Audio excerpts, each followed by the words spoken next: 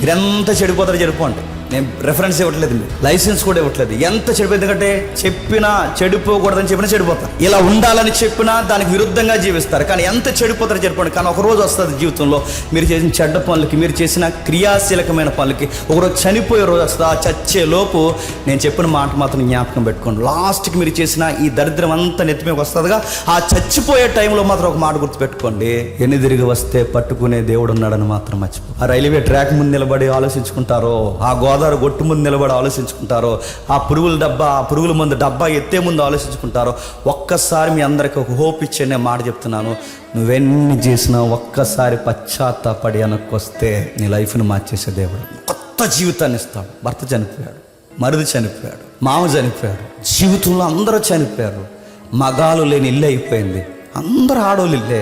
అలాంటి ఆడవారింట్లో దేవుడు చేసిన గొప్ప కార్యం ఏంటి చెప్పిన, ఎవరు చనిపోయినా మీ చెయ్యి విడవని నేనున్నాను మౌనంగా తన ప్లాన్స్ తనకు వేస్తున్నాడు. చూడు, ఇజ్రాయెల్ దేశం అంతా చెడిపోయింది. దేవుడు ఇజ్రాయెల్ దేశంలో ఈ ఆడవాళ్ళ ద్వారా ఏం చేస్తాడంటే తన ప్లానింగ్స్ తనకున్నాయి. చట్టం పని చట్టం చేస్తుంది అనేది ఎంత వాస్తవమో, దేవుడు పని దేవుడు చేస్తాడనేది కూడా అంత